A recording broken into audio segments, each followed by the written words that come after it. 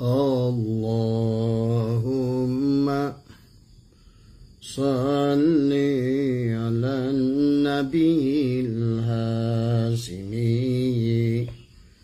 Muhammadi wa ala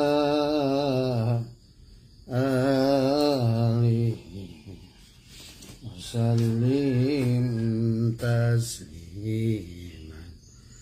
Allahumma salli wa sallim wa barik alaihi. Allahumma salli wa sallim wa barik alaihi. Assalamualaikum ya Rasulullah. Assalamualaikum ya Rijalul Ghaib. Assalamualaikum ya Miftahul Ghaib. Assalamualaikum ya Sayyidi Abdul Qadir Al-Jalan. Assalamualaikum ya Sayyid wa mursiduna Syekh Ahmad Sahibul Wafatajul Arifin. Assalamualaikum warahmatullahi wabarakatuh.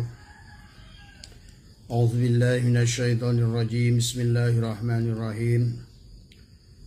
Alhamdulillahi rabbil alamin wa usalli wa usallim ala sayyidina Muhammadin wa ala sairil anbiya'i wal mursalin wa ala alihim wa sahbihim ajma'in.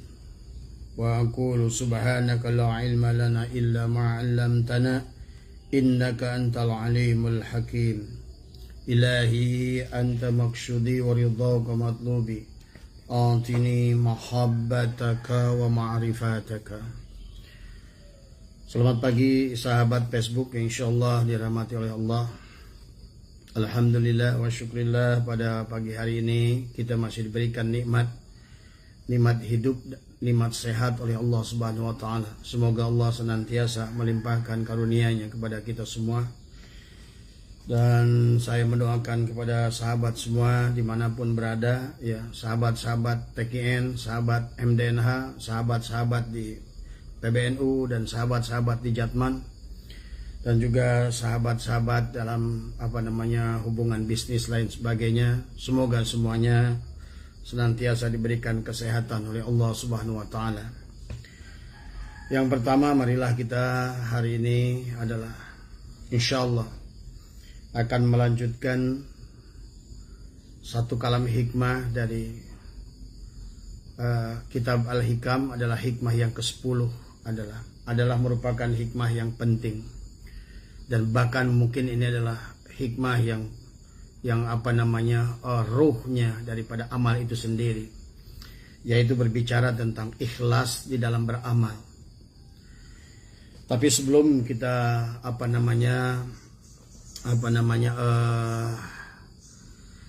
kita bahas masalah ini, marilah kita sebelumnya membacakan surat Al-Fatihah kepada junjungan alam baginda Nabi Muhammad SAW, dan kepada ulama-ulama yang berkaitan dengan kitab ini, dan juga khususnya kepada guru-guru saya ahli silsilah. Semoga pada saat kita membahas kitab ini adalah Allah memberikan pemahaman yang lurus kepada kita, pemahaman yang bisa melahirkan kesolehan individu maupun kesolehan sosial, karena ibadah itu bukan hanya sebatas kesolehan individu, tetapi adalah kesolehan sosial.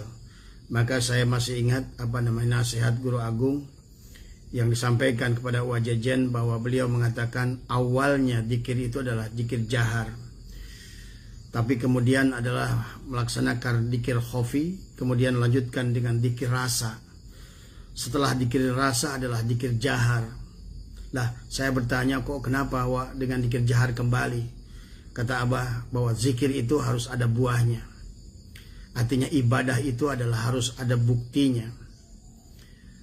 Toh segala amal kegiatan yang kita lakukan, menanak nasi adalah kita mengharapkan nasi, menanam pohon kita mengharapkan buah. Maka kata pengarsa Abah adalah buahnya daripada ibadah itu adalah kembali, adalah wujudnya, adalah ada manfaat buat manusia. Itulah maka kesolehan individu seharusnya dibuktikan dengan kesolehan sosial. Inilah maka kalau kita mendengar kisah-kisah seperti Imam Sazili, Tuan Abdul Qadir, termasuk pengarsa Abah Syekh Ahmad Sahibul Wafatajul Arifin radhiyallahu an, adalah sangat begitu besar jasanya adalah kepada manusia. Jadi kesolehan sosial adalah harusnya menjadikan buah daripada kesolehan individu, ya. Soleh secara individu adalah baik, tetapi tetap penghujungnya kata baginda Nabi adalah khairun nas anfa'uhum linnas. Sebaik-baiknya manusia adalah manusia yang bermanfaat untuk orang lain, kan tadi. Maka oleh karena itu sahabat, mudah-mudahan kita dibimbing hari ini untuk memahami hikmah yang ke-10 adalah semoga amaliyah ini, pemahaman ini akan melahirkan kesolehan individu yang membawa kepada kesolehan sosial. Marilah kita bacakan ilah Nabi Mustafa Sayyidina Muhammadin sallallahu alaihi wasallam wa ala alihi wa sahbihi wa azwajihi wa dhurriyyatihi wa ahlul baiti ajmain. Susan ila ruhi halisi silatul qadiriyah wa naqsabandiyah wa jami'a lituruq khususan ila radhi sultan awliya Syekh Muhyiddin Syabdul Qadir Al-Jailani qaddasallahu sirrah wa syari Sabi Qasim Junaidi Al-Baghdadi wa syari Syekh Ahmad Khatib Sambas Ibn Abdul Ghaffar wa syari Syekh Talha bin Talabuddin Risabu Cirebon wa syari Syekh Abdul Karim Banten ila radhi sallallahu karam wa syari Syekh Abdullah Mubarak bin Muhammad ila radhi sallallahu karam Sayyiduna wa mursiduna Syekh Ahmad sahibul wafatahil arifin. Al-Fatiha. A'udzu billahi minasyaitonir rajim. Bismillahirrahmanirrahim. Alhamdulillahi rabbil alamin. Ar-Rahmanir Rahim. Maliki yaumiddin. Iyyaka na'budu wa iyyaka nasta'in. Ihdinas siratal mustaqim.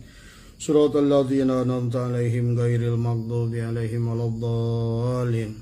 Susan ila arwahi jami'i syuhada Islam biladina Indonesia misal lima ad-da'wah ilallah wa rusulihi Sunan Maulana Malik Ibrahim wa Sunan Ampel Ahmad rahmatullah wa Sunan Giri wa Sunan Darajat wa Sunan Bonang wa Sunan Gunung Jati Maulana Syarif Hidayatullah wa Sunan Kudus Maulana Jafar As-Sadiq wa Sunan Muria wa Sunan Kalijaga wa Sunan ila arwahi Sunan Sultan Maulana Sanuddin wa abdihi Maulana Yusuf wa ila ruhi Maulana Syarif Husain wa Abdul Bandan wa ila ruhi auladihim wa dzurriyyatihim summa ila arwahi Sunan Bungkul wa Sunan Sasak summa ila arwahi Sunan Pamijahan Syekh Muhyiddin wa Syekh Mansur wa Syekh Bahdalam Mama Arya Wirandata Mama Raden di Manggala Mama Raden Atta Manggala Mama Raden Nur Jahid Mama Raden Nur Alisan Mama Raden Nur Muhammad Mama Raden Muhammad Saleh wa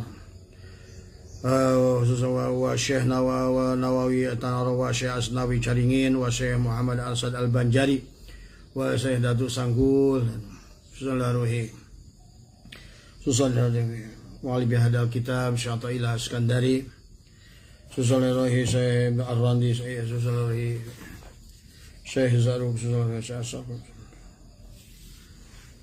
Al-Fatiha. A'udzubillahi minasyaitonirrajim. Bismillahirrahmanirrahim. Alhamdulillahi rabbil alamin. Arrahmanirrahim. Maliki yaumiddin. Iyyaka na'budu wa iyyaka nasta'in. Ihdinas siratal mustaqim. Siratal ladzina an'amta 'alaihim ghairil maghdubi 'alaihim waladdallin. Amin. Dan juga saya bacakan semoga selamat pagi, waalaikumsalam Bang Yovin ya, semoga selalu sehat dan berkah ya. Selamat pagi Bang Abu Rahman ya, semoga juga selalu sehat dan berkah dan bahagia kan tadi semua ya, semua saya doakan. Yosi selamat pagi semua ya, sahabat semua, semoga semuanya senantiasa diberikan keberkahan, kebaikan ya oleh Allah Subhanahu Wa Taala. Baik, pada pagi hari ini adalah Abah ingin menyampaikan satu kelanjutan kajian kita kemarin adalah kitab Hikam, adalah hikmah ke-10. Sudah banyak kajian hikmah hikam yang disampaikan oleh para ulama kita, tapi tidak apa-apa karena kita ngalap berkahnya saja, kata dia. Sahabat, bahwa ini adalah dunia sudah ada pada penghujungnya. Kenapa sekarang ini segala perkara didohirkan oleh Allah? Yang dulu adalah karomah-karomah para aulia, mujizat-mujizat para rasul, justru oleh Allah sekarang didohirkan. Tadi, bagaimana sekarang untuk bisa memindahkan benda yang berat adalah diciptakan oleh Allah. Alat-alat yang bisa mengangkat puluhan ton, ratusan ton, kendali semua. Ya. Ada benda puluhan ton yang diterbangkan dengan pesawat kargo yang dulu bisa dilaksanakan oleh Nabi Sulaiman, adalah dengan memindahkan istana Raja Balkis adalah dengan satu kedipan mata kan tadi. Kemudian juga adalah yang namanya Toyul Ardi. Dulu para aulia itu bisa meringkas waktu, meringkas tempat. Ya, sekarang kita tidak usah belajar ilmu terbang karena sekarang ini sudah Allah dohirkan manusia semuanya bisa terbang dengan pesawat terbang. Kalau dulu Allah atau Nabi Sulaiman dengan ilmu saifi angin, kan tadi semua ya. Bagaimana Nabi Sulaiman adalah menundukkan angin sehingga beliau kemanapun pergi adalah bisa dengan tadi. Tapi sekarang Allah lahirkan, bisa dengan pesawat, bisa dengan mobil, bisa dengan motor, bisa dengan demikian pula. Dulu para ulama-ulama Jawa ini adalah ahli napak sancang, dia berjalan di atas air dan lain sebagainya. Pagi Ustaz Ade ya. Jadi sekarang ini beda zamannya.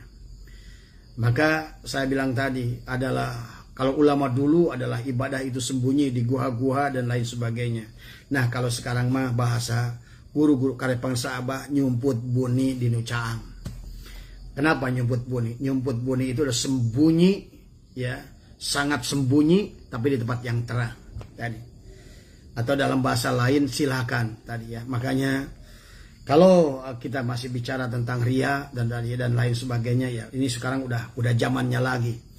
Makanya alat riaknya oleh Allah sudah dibuat ya. Kita bisa video call, amaliyah bisa disiarkan di medsos, di apa semua. Karena sekarang ini berhadapan bukan masalah sembunyi-sembunyian sekarang ini. Adalah bagaimana syiar itu adalah disampaikan seluas-luasnya. Artinya inilah yang harus dipahami oleh kita. Jadi pandangan-pandangan ulama dulu yang senantiasa mereka sembunyi di dalam, sekarang adalah tadi, silakan keluar adalah silakan berjalan tapi sambil diam.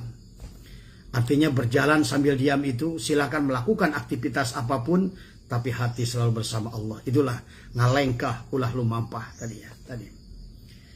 Ini yang harus difahami oleh kita. Jadi sekarang ini adalah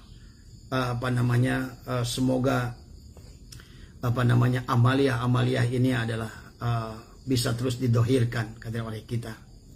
Ya sekarang kita bisa hitung lah dalam aktivitas, makanya saya kenapa live di Facebook, karena begitu banyak aktivitas dan lain sebagainya. Mudah-mudahan bukan kita merasa baik, bukan kita sudah baik, tapi minimal ada penyeimbang lah ya di acara-acara apapun itu yang di-share dalam Facebook, Twitter maupun Instagram maupun apapun ya. Itulah maka penyeimbangan. Adapun menyangkut ria adalah kembali kepada urusan hati masing-masing ya sahabat tadi semua ya. Makanya kalau bicara tentang ria, kata Imam Nawawi, jangan takut ria, karena hadis baginda Nabi, takut ria itulah ria kan tadi semua. Makanya kenapa lakukanlah amaliyah itu dengan dawam terus tadi. Biarkan satu kali kita ria, 1 bulan kita ria, 1 tahun kita ria, insya Allah kalau kita sudah bertahun-tahun akan hilang sendiri ya. Seperti halnya kita pada saat beribadah ya. Pada saat beribadah kepada Allah ya, demikian pula kita ini. Maka kata pengarsa Abah, kalau kamu berzikir dan kamu nggak merasakan hudur tadi, jangan berhenti berzikir. Karena goplanya hati dengan berzikir akan lebih buruk kalau tidak berzikir. Amaliyah yang tidak hadirnya artinya ruh adalah tetap ya inilah sahabat ya, karena saya hanya sedikit menyampaikan bahwa yang harus difahami ya tadi. Baik Ustaz Ade, sahabat ya, pagi hari ini adalah berbicara tentang satu kalam hikmah ya.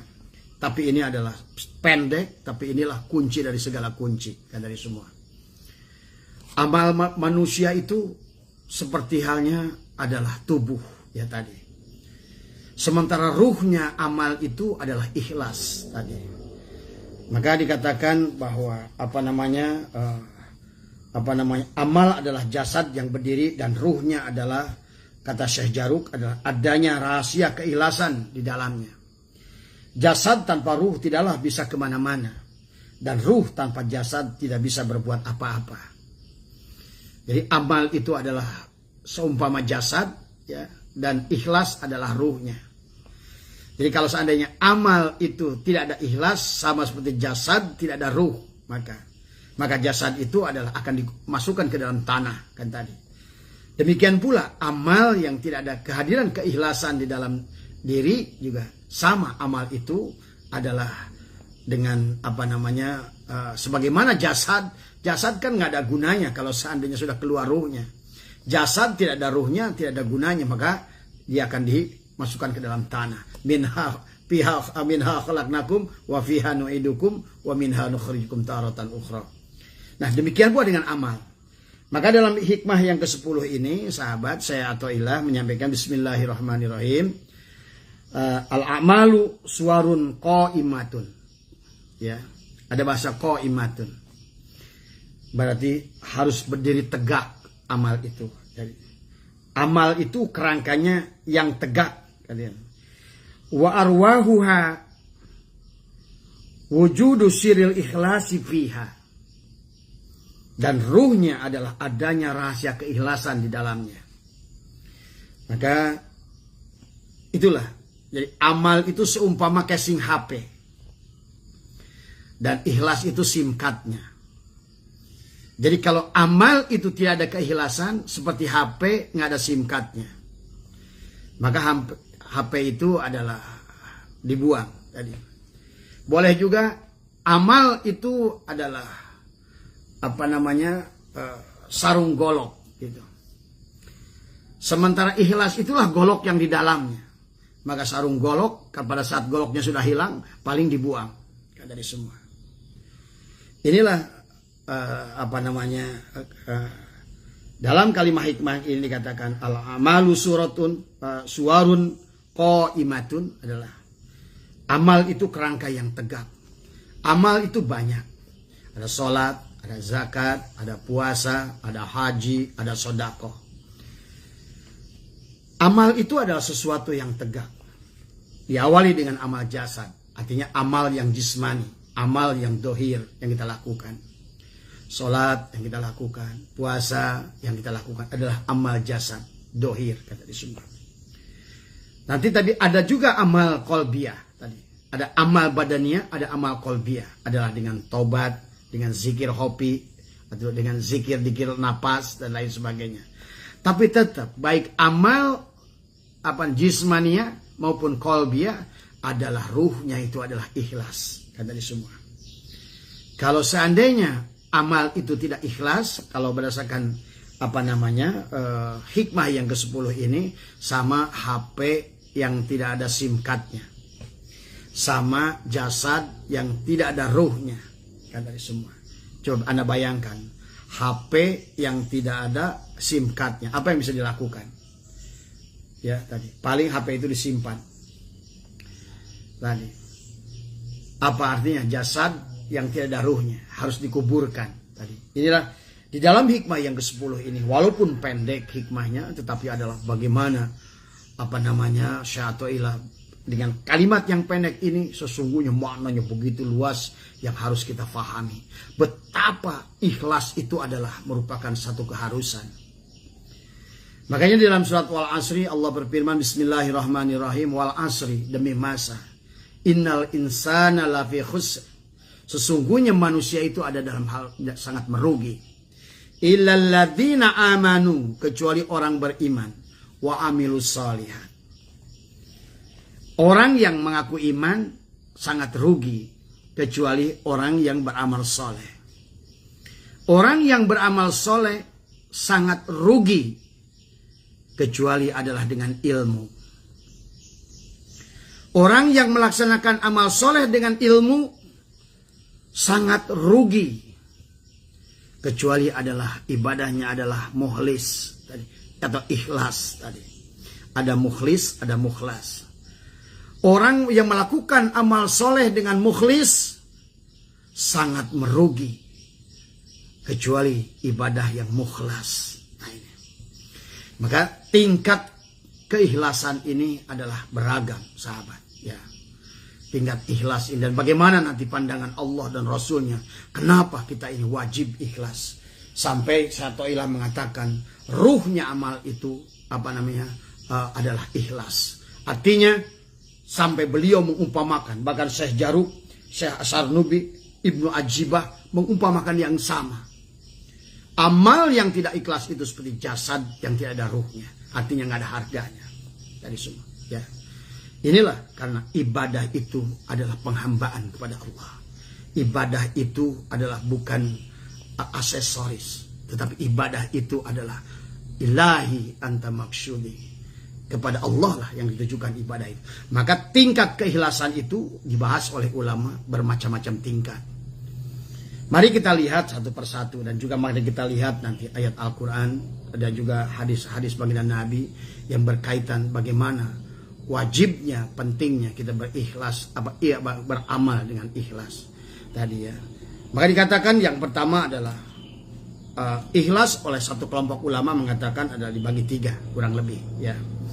Yang pertama adalah tingkat ikhlas umum, kan tadi semua adalah orang yang beribadah kepada Allah, tetapi ibadah kepada Allahnya itu adalah dikaitkan dengan kepentingan dia, untuk kepentingan dia di dunia, dan juga dia berharap pada saat dia mati masuk surga, melebur surga, kan tadi.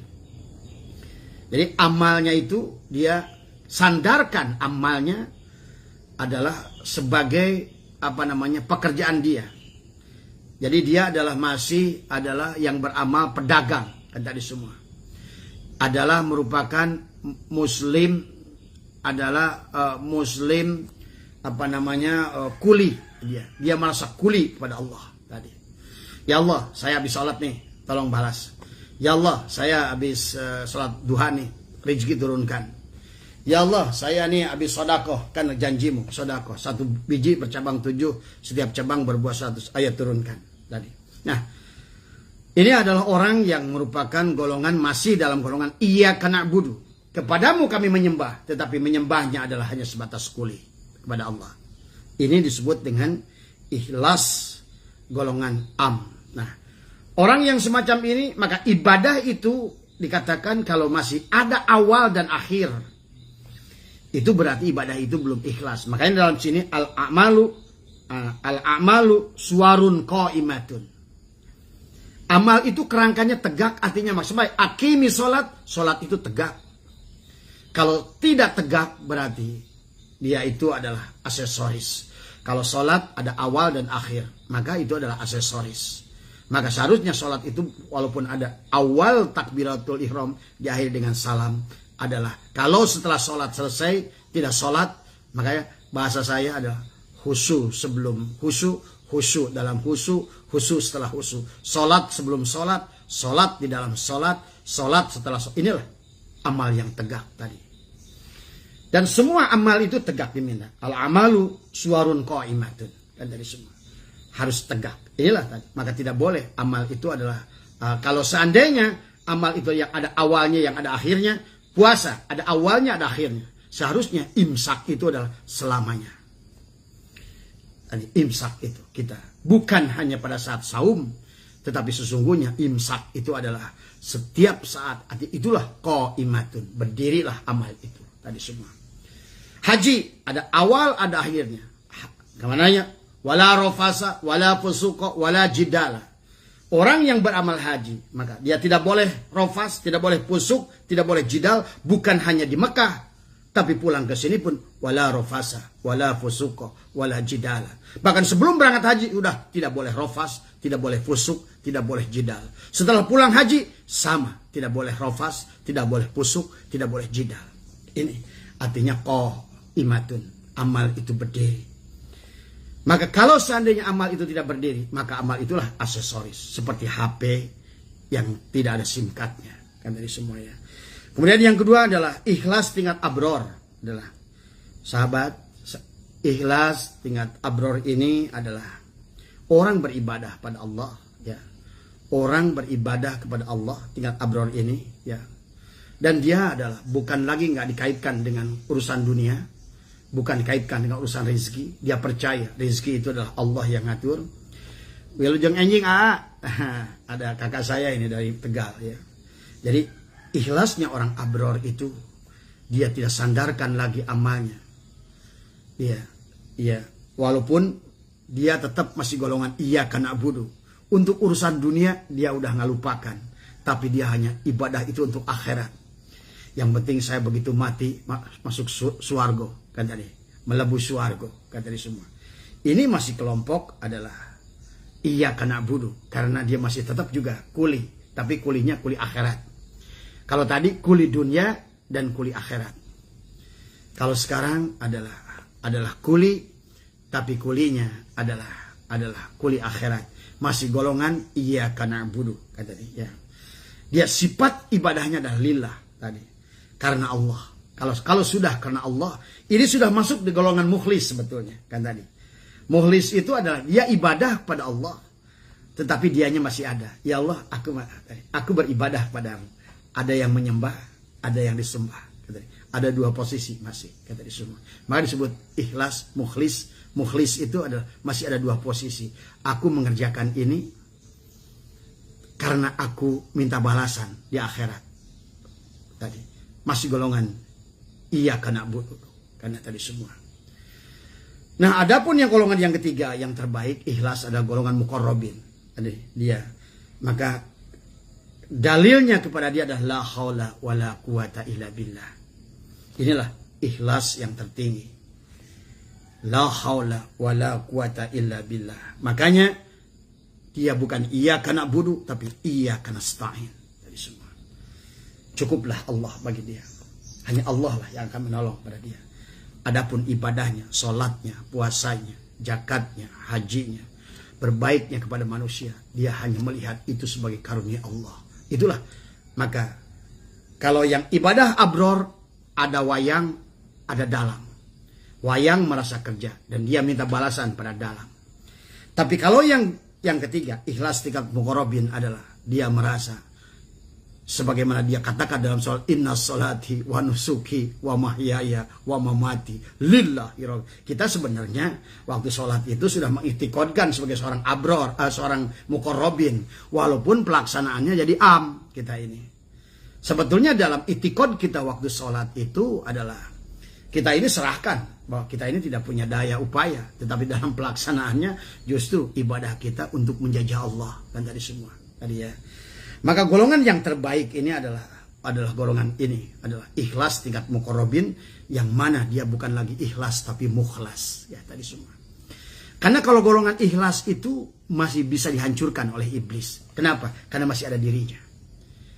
Amal perbuatan yang dibuat oleh kita bisa dihancurkan oleh iblis. Karena pada saat seseorang itu merasa aku melaksanakan ibadah, aku melaksanakan sholat, aku tidak ingin dunia ya Allah, aku tidak ingin, tapi aku ingin akhirat.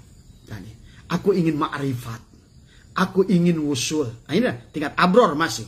Kalau bahasa ingin pasti ada nafsunya.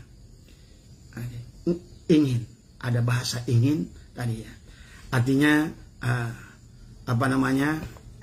jadi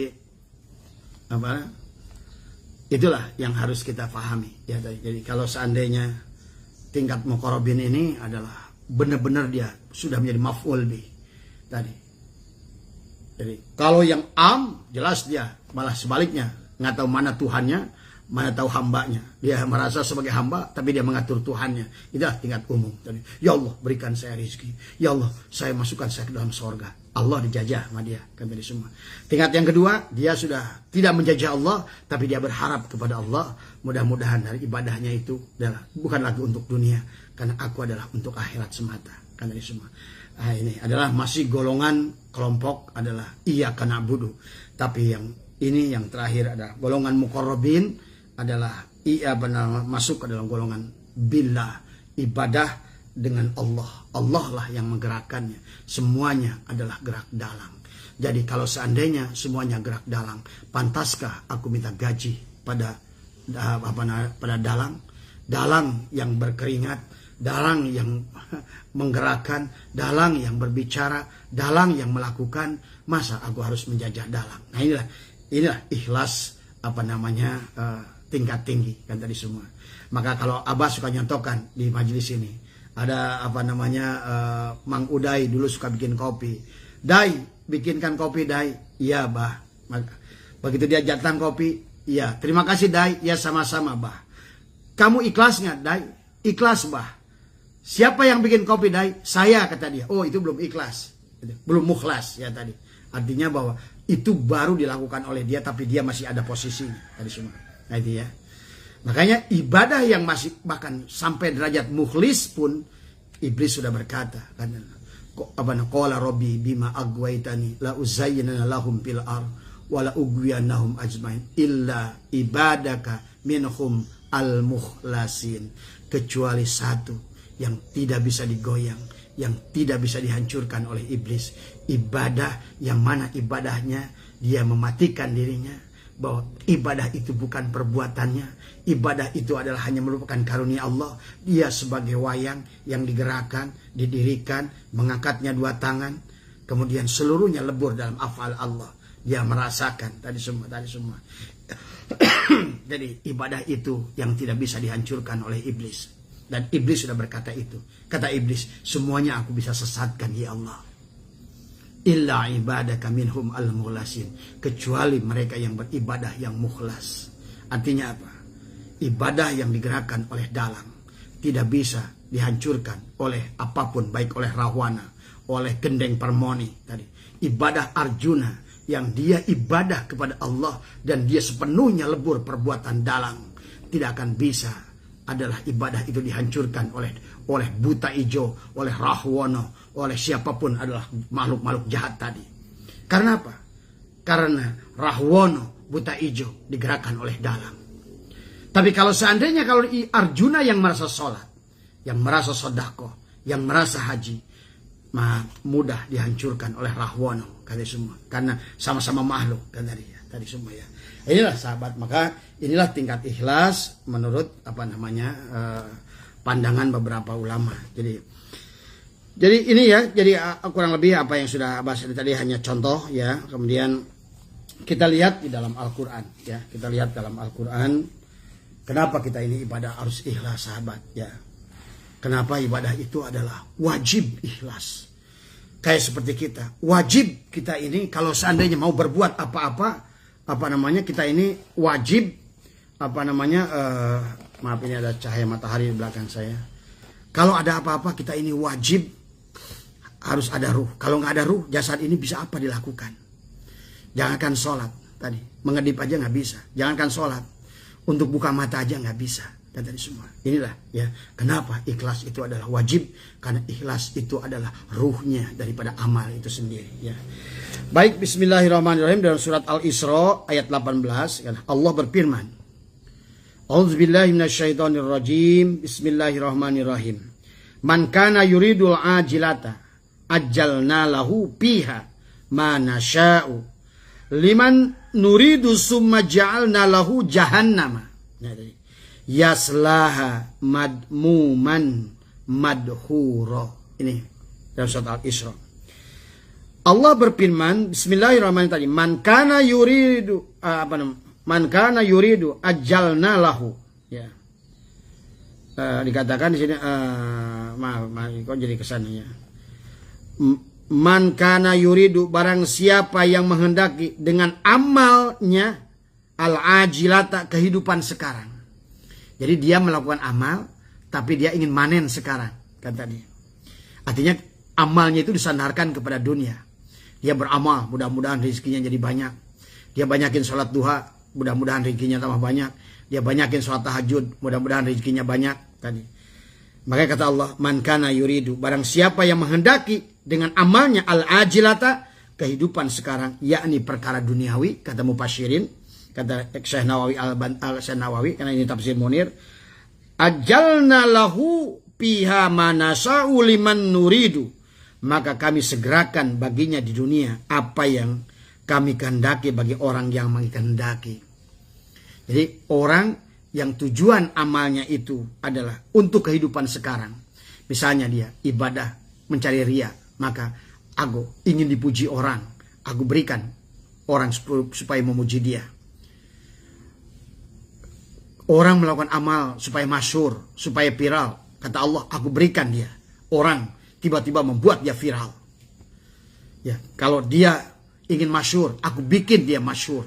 Makanya banyak sekarang ini ulama. Tiba-tiba ada seorang ustadz, lama ke atas. Ya, dibikin oleh Allah. Demikian katanya.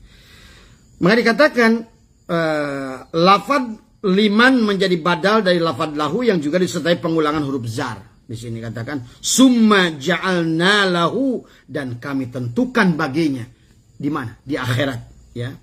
Kelak jahannama adalah neraka jahanam, yaslaha, ia akan memasukinya ya. Dijebloskannya ke dalam madmuman, dalam keadaan tercela. Ya tadi. Terhina kan tadi. Madhuro, lagi terusir, dijauhkan dari rahmat Allah. Jadi inilah kenapa ibadah itu butuh ikhlas. Allah berkata demikian.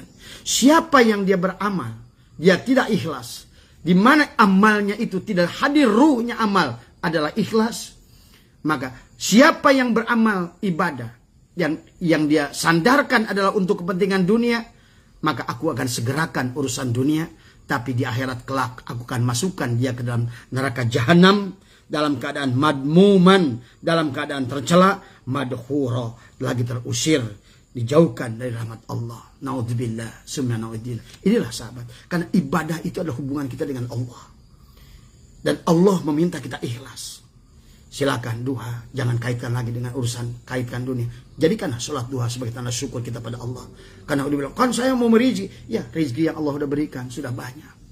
Penglihatan kita adalah rezeki. Berapa Anda harus beli mata? Ya. Pendengaran kita adalah rezeki. Banyak orang sengaja membeli alat mendengar dengan harga yang mahal tadi. Mulut kita adalah rezeki. Bicara, tidak semua orang bisa bicara.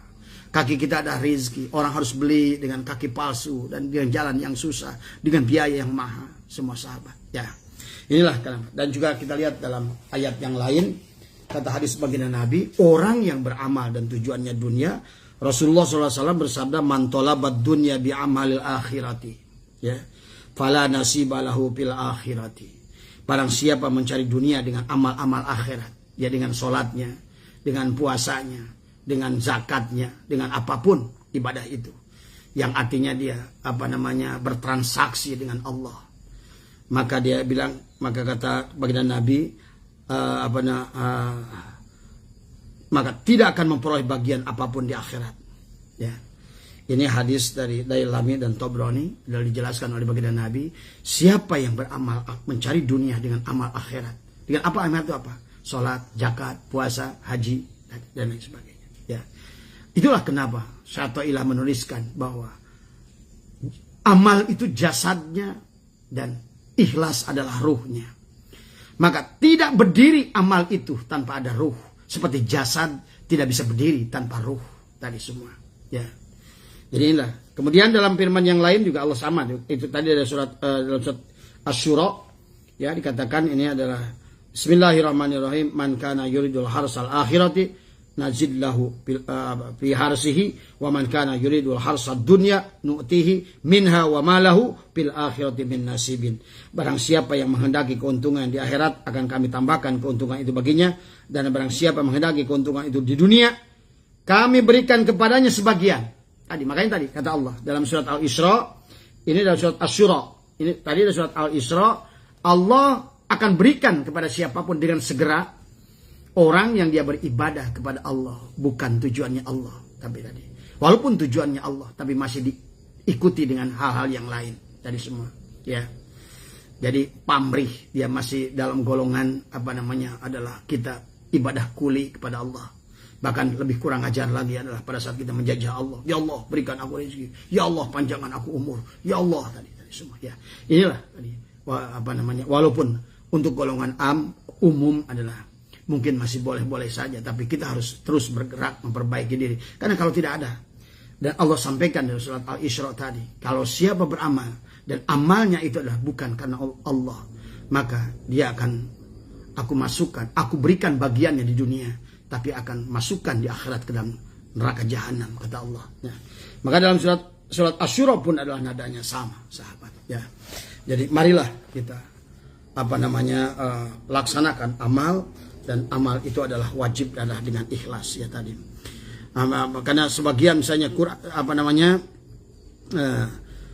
kemudian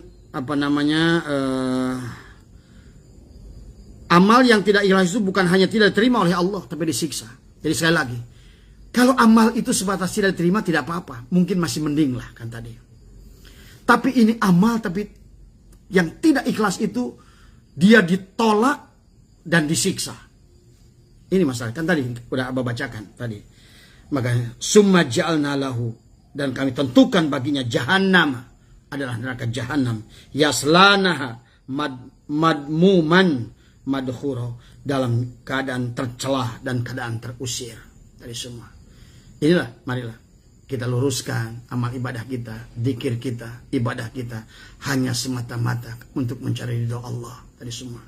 Karena urusan dunia, kan bahas di hikmah yang sebelumnya, sudah beres. Allah sudah membereskan urusan kita. Ya. Dan disitulah bahwa kita hanya memerankan peran kita masing-masing, dan kita terimalah peran itu dengan sebaik-baiknya. Ya, tadi.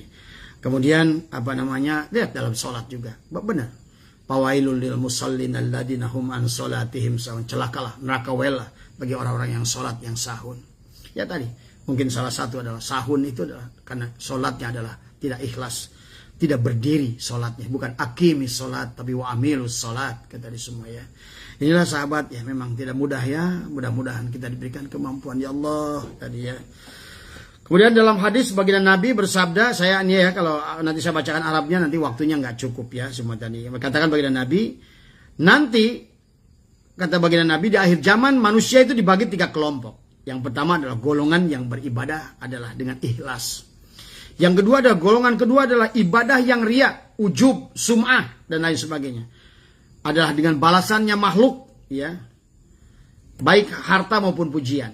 Jadi ibadah dia manusia itu beramal ingin pujian manusia, atau manusia beramal tapi dia ingin mendapatkan balasan berupa uang dan lain sebagainya ya.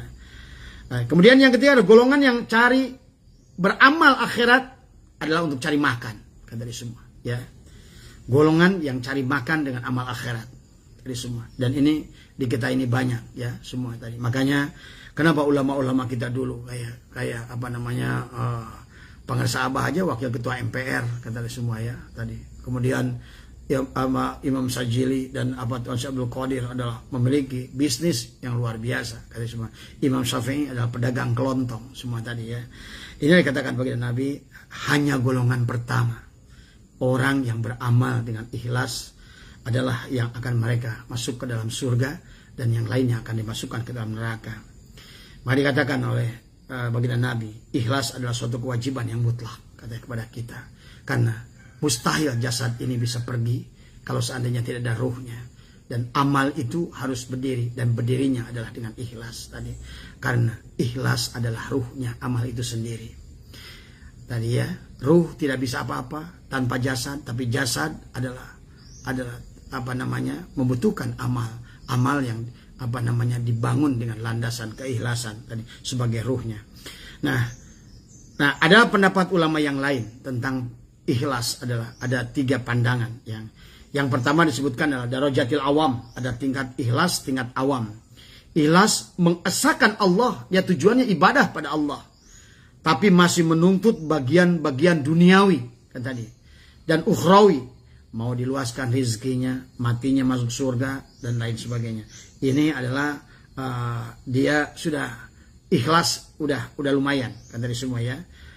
Walaupun belum baik kan tadi, karena ibadahnya mengesahkan Allah, tapi dia masih menjadikan Allah adalah bahwa dia masih golongan iyyaka na'budu kan tadi semua. Aku menyembahmu ya Allah, mana dong gajinya? Aku kan udah kerja tadi ya.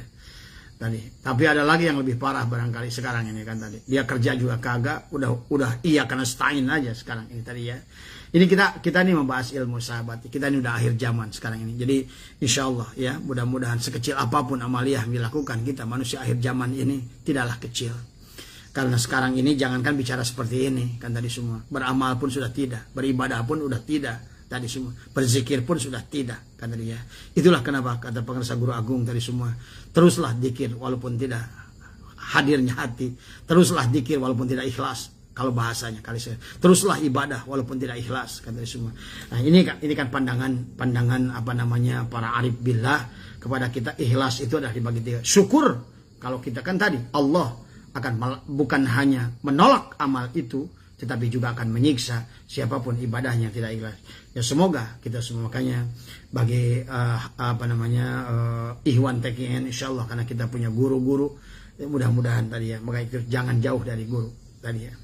Teruskan bertawasul kepada guru karena kita membutuhkan syafaatnya kelak kata di semua. Karena zaman kita dengan zaman guru-guru ahli silsilah ada berbeda. Barangkali guru-guru kita Tuan Syah Abdul Qadir luar biasa. Karena saat itu godaannya juga beda. Kalau sekarang kan luar biasa. Kan tadi semua ya. Maksiat aja dianterin ke kamar-kamar. Orang bisa judi dari kamarnya. Orang bisa melihat film porno di kamarnya sekarang ini. Bahkan di masjid bisa lihat film porno. Di gedung dewan bisa lihat film porno. Inilah zaman. Artinya bahwa nanti ibadah itu akan disesuaikan dengan tingkat masyarakat, tingkat kesulitan. Nah, kita di akhir zaman ini sesungguhnya alat iblis untuk menghancurkan ibadah kita ini udah sangat banyak. Artinya itulah kenapa baginda Nabi ibadah anak muda di akhir zaman sambil larinya saja, baginda Nabi berkata pada sahabat, masih lebih baik mereka daripada kalian sekarang. Gitu kan? Artinya bahwa walaupun kecil, jelek, tapi zamannya sudah hancur semacam ini, tetap baik insya Allah ya. Sahabat, ini Abah sedang membahas ideal sebagaimana yang dikatakan oleh para aulia, para ulama, muqarrabin, adalah tentang apa itu ibadah itu yang ikhlas, katanya semua ya. Kemudian yang kedua disebut darajatul khawas, adalah ibadahnya orang mengesahkan Allah pada ibadah tapi yang dituntut akhirat, ingin masuk surga, ingin bebas neraka, minta ma'rifat, minta musyahadah, minta mukasyafah. Nah ini zikir pada Allah tapi masih ada permintaan dan syarat. Ini lebih baik dari yang tadi. Tetapi dia masih memiliki syarat kepada Allah. Meminta syarat tadi semua. Ya Allah, saya hanya kepadamu ibadah itu. Tapi tolong berikan dong surga. Dan jauhkan saya neraka. Saya ingin dari dzikir saya, ya Allah, semoga saya menjadi orang ma'rifat. Saya ingin wusul kepadamu. Nah, ini. Jadi masih tingkat itu. Nah, yang terbaik dikatakan oleh beliau, apa namanya, Imam Syarnubi, darajatil khawasil khawas. Ada beribadah semata-mata memantapkan kehambaannya dan mendirikan dengan hak Tuhannya. Artinya ibadah itu hak Tuhan, menyembah itu kewajiban hamba tadi. Jadi jangan sampai ibadah itu transaksional, karena ibadah itu menyembah Allah itu adalah hak Allah, kewajiban hamba kan tadi semua. Jadi pada saat kita melaksanakan kewajiban, jangan sambil menuntut yang justru adalah hak Allah yang harus didahulukan oleh kita. Ini yang harus kita latih ya. Insya Allah sebetulnya bisa. Insya Allah ya. Itulah makanya patahannya, jangan sampai kita bersandar pada amal ya. Maka demikian pula dengan ilmu ya. Ilmu juga sama. Seperti halnya tadi amal kan tadi semua. Ada jasadnya ilmu, ada pahamnya ilmu. Pahamnya ilmu adalah ruh. Ruhnya ilmu faham. Jasadnya ilmu tahu daripada ilmu. Sementara ruhnya ilmu faham. Tapi faham hanya akan dibukakan oleh Allah adalah kalau seseorang itu tidak pernah mengakui, merasa memiliki ilmu itu. Bahwa sesungguhnya ilmu adalah karunia pada diri kita. Itulah ilmu yang akan melahirkan faham. Faham akan melahirkan amal. Tadi ya. Amal ya, tadi, ya. Makanya kemarin banyak kita tidak, orang yang berilmu tapi tidak melahirkan faham ya tadi ya. Dia orang berilmu tapi tidak alim kan tadi semua ya tadi ya. Orang yang berilmu yang tidak mengamalkan ilmu, itulah yang dikatakan manis dada ilman lam yajad hudan lam yajad minallah illa bu'dan. Orang yang bertambah, barang siapa bertambahnya ilmu tidak bertambah hidayah pada Allah, maka orang itu bukan makin dekat pada Allah, makin jauh pada Allah kan tadi semua ya. Maka inilah contoh-contoh ya. Nanti apa namanya? Makanya itu dikatakan oleh Syai'atullah ya. Kita harus berjuang, harus ikhlas, karena ikhlas itu adalah ruhnya amal. Jadi amal yang kita lakukan jangan sia-siakan. Kita sholat 5 waktu, kita sholat sunat, kita dzikir, kita sedekah, tetapi dihancurkan dengan karenanya tidak ada ikhlas. Karena berarti amal itu adalah sebagaimana jasad tidak ada ruh, maka jasad itu akan dimasukkan ke dalam tanah, maka amal itu pun akan dimasukkan ke dalam tanah tadi ya. Maka itulah yang harus kita pahami, sehingga di dalam Al-Quran juga dijelaskan ya bagaimana supaya kita bisa ikhlas kata semua ya. Pertama, mentafakuri ayat-ayat Quran dan hadis. Jadi tafakurilah bagaimana tadi firman Allah. Kata Allah tadi, siapa yang beramal yang diharapkan adalah untuk sekarang, maka aku akan berikan untuk dia, tapi balasannya untuk dia adalah neraka jahanam nanti semua. Kita tafakur itu. Kemudian kata hadis Nabi, barang siapa dia beramal kemudian Allah mencatat amalnya itu, kemudian tapi dia beramalnya karena ingin dipuji orang, karena ria, karena sum'ah dan lain sebagainya, amalnya akan disetorkan kepada Allah, dan Allah berkata pada malaikat, ya malaikat, lemparkanlah kepada wajahnya amal itu, karena dia beramal bukan untukku, dia beramal karena ingin mendapatkan pujian makhluk, dia beramal adalah hanya sebatas yang jauh daripada ikhlas. Ya ini sahabat ya. Maka inilah yang harus kita perjuangkan ya. Maka kenapa kita harus berzikir itu di situ sahabat ya. Karena di dalam diri kita ini ada sifat mazmumah. Di dalam diri kita ini ada sifat binatang, ada bahimia, ada subuhnya, ada saitonia. Inilah kita. Kenapa kita harus zikrullah itu di situ? Karena untuk membantu kita ikhlas adalah tadi. Setelah cermin kolbunya adalah mungkin pertama-tama nanti ada nur ikhlas di dalam kolbu kita. Dengan membersihkan kolbu itu, kita pun akan mulai menyadari bahwa amal yang dilakukan ini adalah semata-mata karunia Allah semata kepada kita. Adalah kita dengan zikrullah tadi semua ya. Inilah seperti halnya contoh ya, saya sering contohkan. Kalau seandainya amal itu tidak ikhlas, adalah seperti saya contohkan pada saat kita beramal ya, adalah anggaplah amal itu melihara anak ayam. Tetapi pada saat kita memelihara anak ayam, tapi kita juga membiarkan musang ada dalam kandang tadi. Maka pada saat kita nunggu panen, ternyata bukannya ayam yang besar, tapi musang yang membesar. Itulah tadi. Amal yang tidak ikhlas juga boleh seumpama seperti itu. Atau seumpama kita memelihara adalah anak ikan, tapi kemudian di kolam itu masih penuh dengan gabus yang besar-besar, maka ikan yang kita tanam itu habis dimakan. Itulah kita tidak boleh. Kenapa? Amal itu ikhlas, tidak boleh ujub, tidak boleh ria, karena tadi ria menghancurkan amal itu, seperti halnya gabus menghancurkan, memakan anak-anak ikan tadi, sebagaimana musang memakan anak-anak ayam itu sendiri. Padahal kita mengharapkan panen dari memelihara ayam. Inilah tadi kenapa kita wajib ikhlas. Kita perlu ikhlas dalam beramal itu sahabat ya. Jadi nanti dikatakan ya oleh dalam sebuah hadis qudsi ya, kita ini orang yang beramal tidak ikhlas ini, Allah menyebutnya dalam Al-Quran adalah dia penipu. Hei penipu ya. Nanti di alam akhirat itu Allah menyebutnya hei penipu, hei pembohong, hei munafik, kata semua. Itulah panggilan Allah kepada kita, orang-orang yang beramal, tetapi amalnya bukan karena Allah. Tadi karena hanya makhluk Allah, kan tadi semua. Dan seolah-olah bagi Allah kita menghinakan Allah, kan tadi kita beribadah kepada Allah, tapi kita duakan Allah dengan riya. Itulah tadi kenapa amal yang tidak ikhlas itu dengan riya misalnya tadi adalah karena riya itu adalah syirik Allah, berarti kita menduakan Allah dengan amal tadi. Kita ingin kepada Allah, tapi kita juga ingin mengambil manfaat dari makhluk, kan tadi semua ya. Inilah yang harus kita bangun, adalah mudah-mudahan kita bisa sehingga nanti di akhirat sahabat. Ini saya pada saat membaca kitab ini adalah dikatakan bahwa Allah menyebut kita hei munafik, hei pembohong, hei penipu. Kemudian Allah pura-pura, udah sekarang kalian sekarang masuk surga. Orang itu berbondong-bondong tadi. Sekarang Allah memberikan saya izin masuk surga. Udah dekat sahabat, tiba-tiba pintu surga menutup. Jadi Allah mempermainkan kita. Mempermainkan orang-orang yang mempermainkan Allah pada masa ada hidup di alam dunianya. Tadi semua. Tadi. Bahkan di dalam ada lagi sebuah kisah. Manusia pada saat di akhirat itu adalah manusia dalam keadaan haus dan sangat lapar, dikisahkan. Makanya ada buah zakum, adalah makanan buat ahli neraka itu tadi semua tadi. Dan Allah menghinakan kita, seolah-olah lagi kita haus yang luar biasa, lapar, seolah-olah Allah menampakkan makanan dan minuman tadi semua.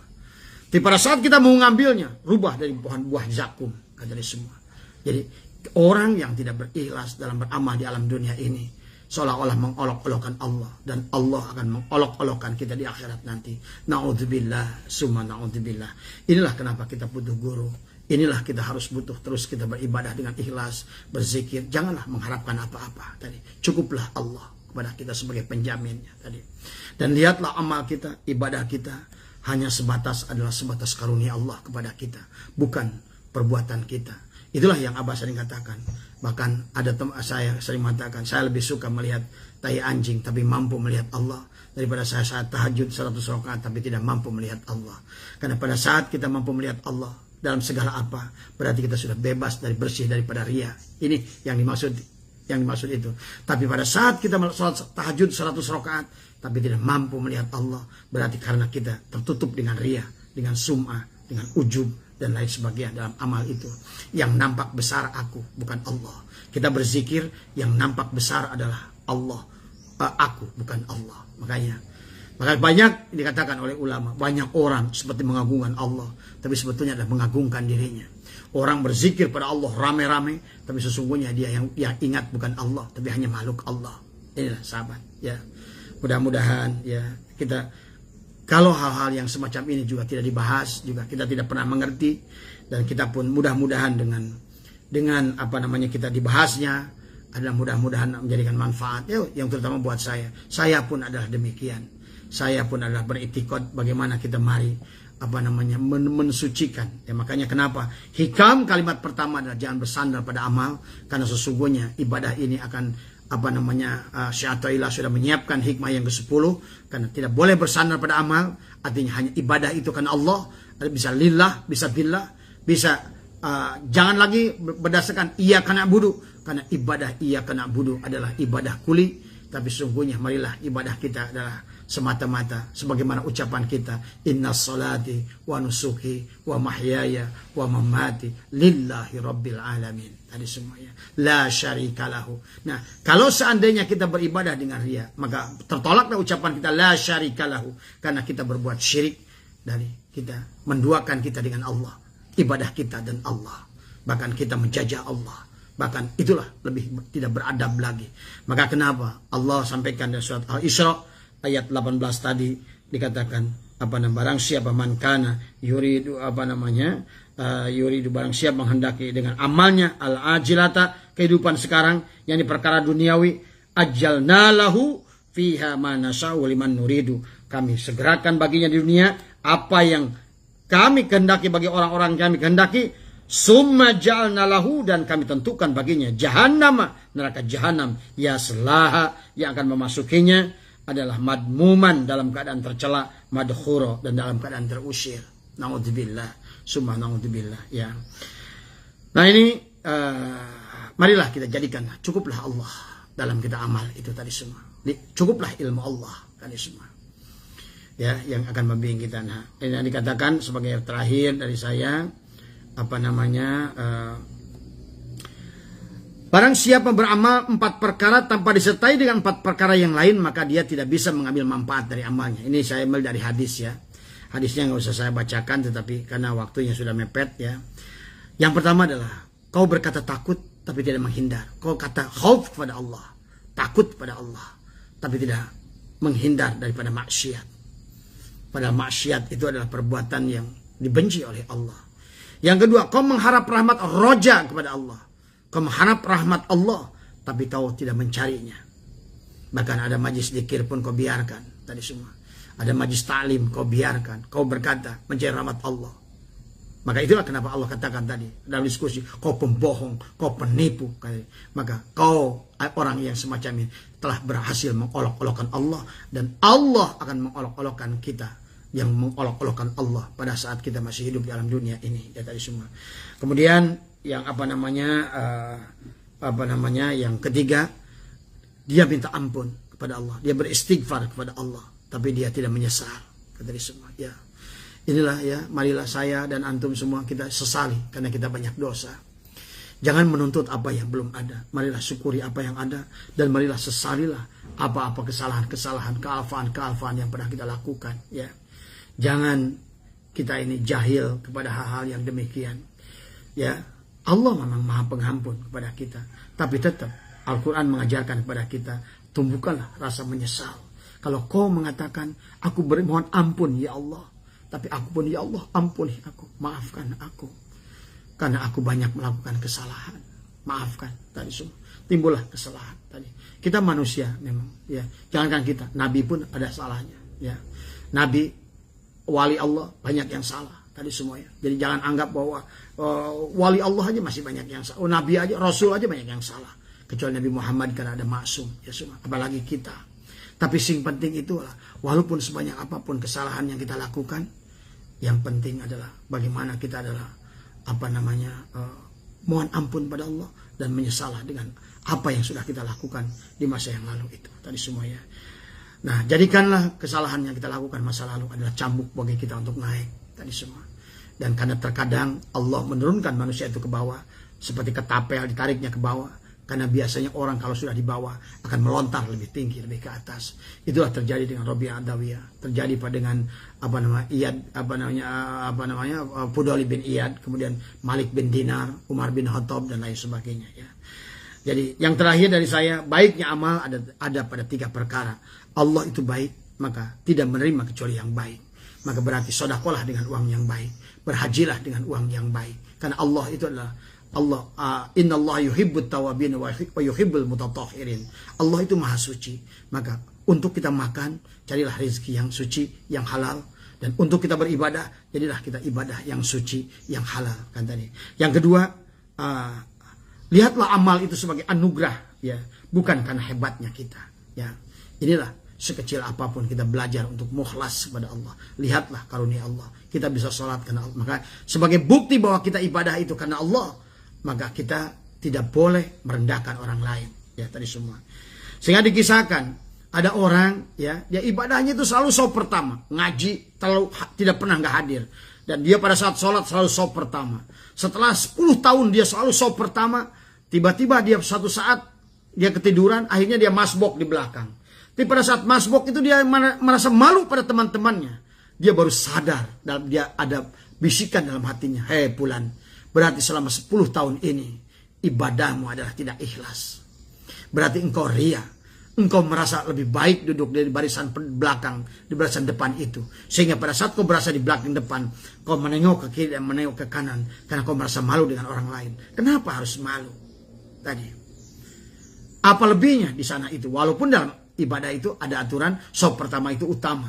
Tapi pada saat kita bersandar pada amal, dan kita menganggap itu adalah lebih mulia dari orang lain yang di sopnya di belakang, maka pada suatu saat nanti dia beribadah pada sop yang paling belakang, tiba-tiba dia merasa, aduh, nggak enak, saya malu nih.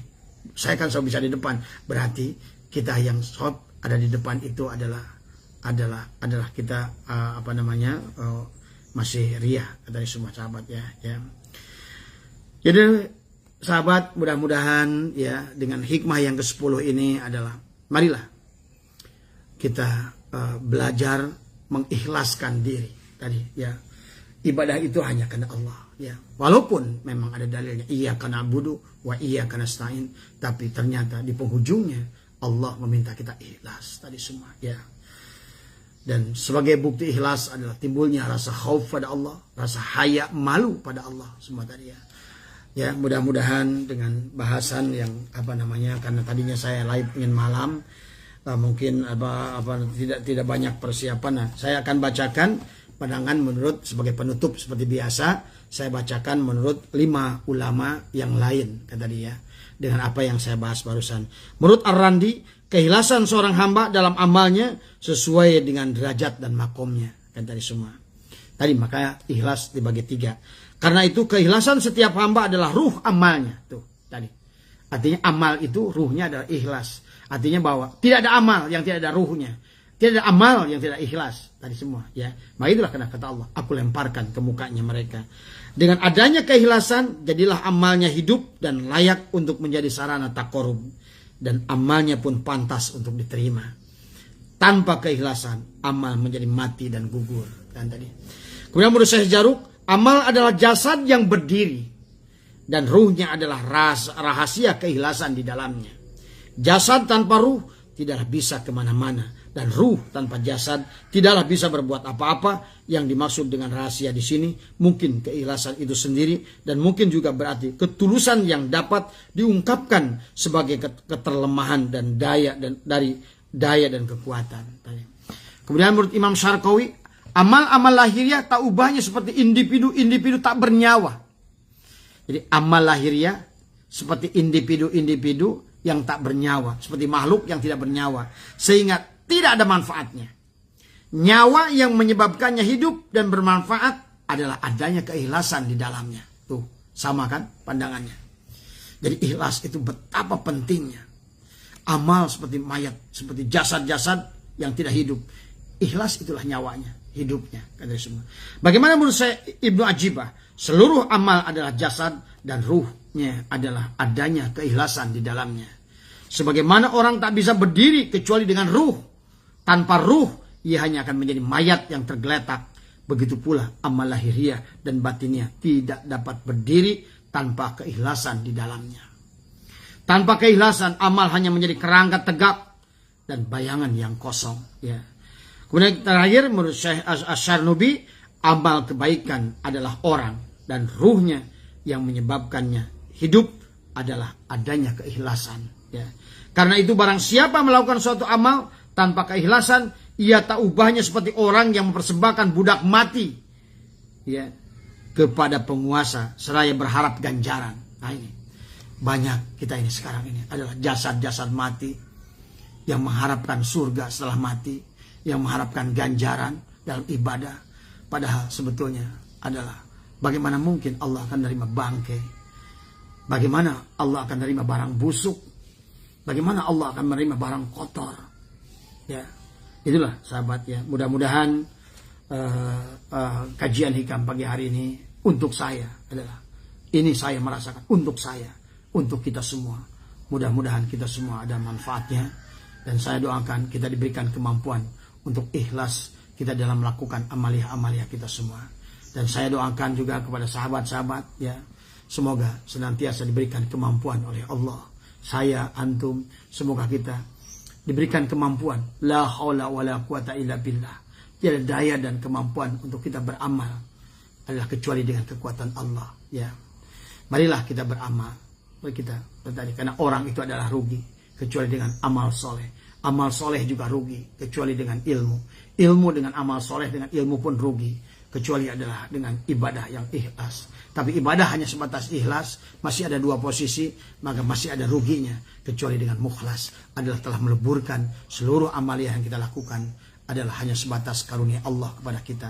Kita jadi maf'ul bih, Allah lah fi'ilnya, Allah lah dalangnya. Kita adalah wayang yang digerakkan untuk menyembah kepada Allah. Karena hanya Allah yang tahu Allah, hanya Allah yang bisa membawa kepada Allah, hanya Allah yang yang bisa menentukan. Allah Al-Muqtadir menentukan segala apa yang menjadikan yang baik kepada kita baik, yang maka hanya Allah lah yang bisa menyelamatkan kita.